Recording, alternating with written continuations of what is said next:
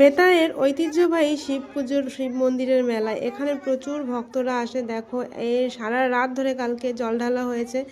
এত ভিড় হয় প্রত্যেকবার, তবে এবার ভিড়ের মাত্রা পুরোই ছাড়িয়ে গেছে।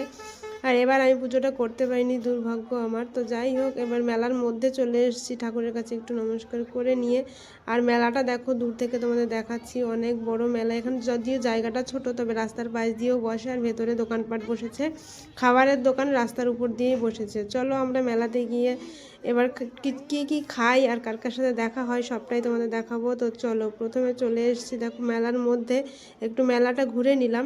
এরপরে যাব হচ্ছে রাস্তার উপরে খাবারের দোকানে, যেহেতু বাচ্চারা এসছে, ওরা এখন কিছু খাবে তো খাওয়াবো। তো প্রথমে চলে এসেছি ঘুগনির দোকানে। দেখো ঘুগনিটা যা টেস্টি ছিল, দারুণ ছিল খেতে।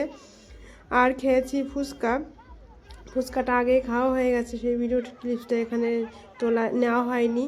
এরপরে চলে এসেছি, মেয়েরা হচ্ছে খাবে আইসক্রিম। তো আইসক্রিম খেলো, ঠান্ডার মধ্যে আইসক্রিম খেলো, ঠান্ডা লেগেছে তবুও। এই যে বৌমাকে একটা কিনে দিলাম, বড় মেয়ে খেলো না। এরপর বড় মেয়ে খাবে মোমো। ওই পার থেকে ভিড় ঠেলে চলে আসলাম আবার এই পারে মোমোর দোকানে, কারণ এই কাকার মোমোটা খুবই টেস্টি হয়। বেতাই বাজারে শনি মন্দিরের সামনে বসে, তোমাদের ঠিকানা দিয়ে দিলাম, বংশীকুণ্ড জুতোর দোকানের সামনে। তো এখানকার মোমো খুবই টেস্টি হয়, আমারও ভীষণ ভালো লাগে।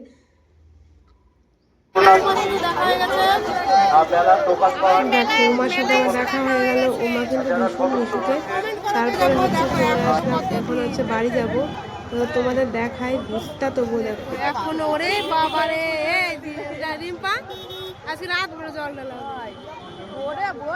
এই বাড়ির ভেতর দিয়ে গিয়ে ওই দিক দিয়ে ঘুরে রাস্তার উপরে লাইন, মানে মোবাইলে আমি অতটা দেখাতে হয়তো পারিনি। আর এখানে দেখো এই যে পায়েলের মা, পায়েল মানে মেয়ের বান্ধবী, ওদের সাথে পড়ে, ওদেরকে দেখা হলো, ওদের সঙ্গে তো জুম করে একটু দেখালাম।